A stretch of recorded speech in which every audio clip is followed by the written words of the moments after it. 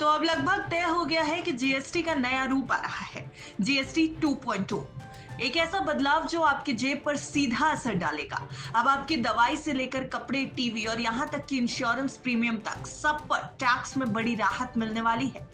लंबे समय से जीएसटी दरों को सरल बनाने की मांग हो रही थी और अब सरकार ने इस दिशा में एक बड़ा कदम उठा लिया।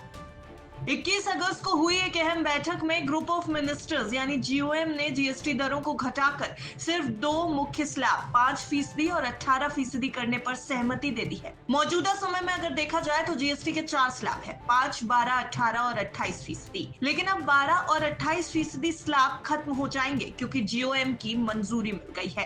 हालांकि जीएसटी काउंसिल इसके ऊपर अपना अंतिम फैसला देगा, यानी ज्यादातर सामान पर या तो 5% या फिर 18% जीएसटी लगने की उम्मीद है।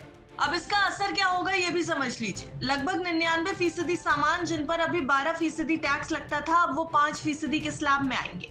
वहीं करीब 90% प्रोडक्ट जिन पर अभी 28% टैक्स है, वो 18% स्लैब में शिफ्ट हो जाएंगे। यानी रोजमर्रा की चीजें और भी सस्ती होंगी। अब बात करते हैं एक सबसे बड़े सवाल की, आपको फायदा कहाँ मिलने वाला है। देखिए, आपके लिए दवाइयां, प्रोसेस फूड, कपड़े, जूते, चप्पल और घरेलू सामान, इन सब पर टैक्स घटकर 5% हो जाएगा। वहीं फ्रिज, वॉशिंग मशीन, टीवी और दूसरे ड्यूरेबल गुड्स पर 28% की जगह अब 18% टैक्स लगेगा।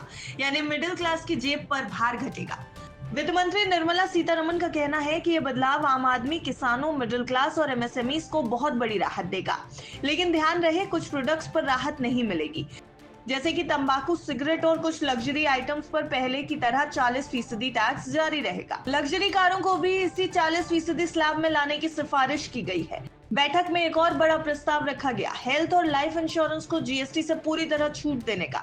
और अगर ये लागू हो जाता है तो पॉलिसी होल्डर्स को प्रीमियम पर जीएसटी नहीं देना पड़ेगा। लेकिन सरकार को इससे हर साल करीब 9,700 करोड़ रुपए के रेवेन्यू का नुकसान होगा। इसलिए राज्यों का कहना है कि बीमा कंपनियां इस राहत का फायदा ग्राहकों तक जरूर पहुंचाएं, खुद ना खा जाएं।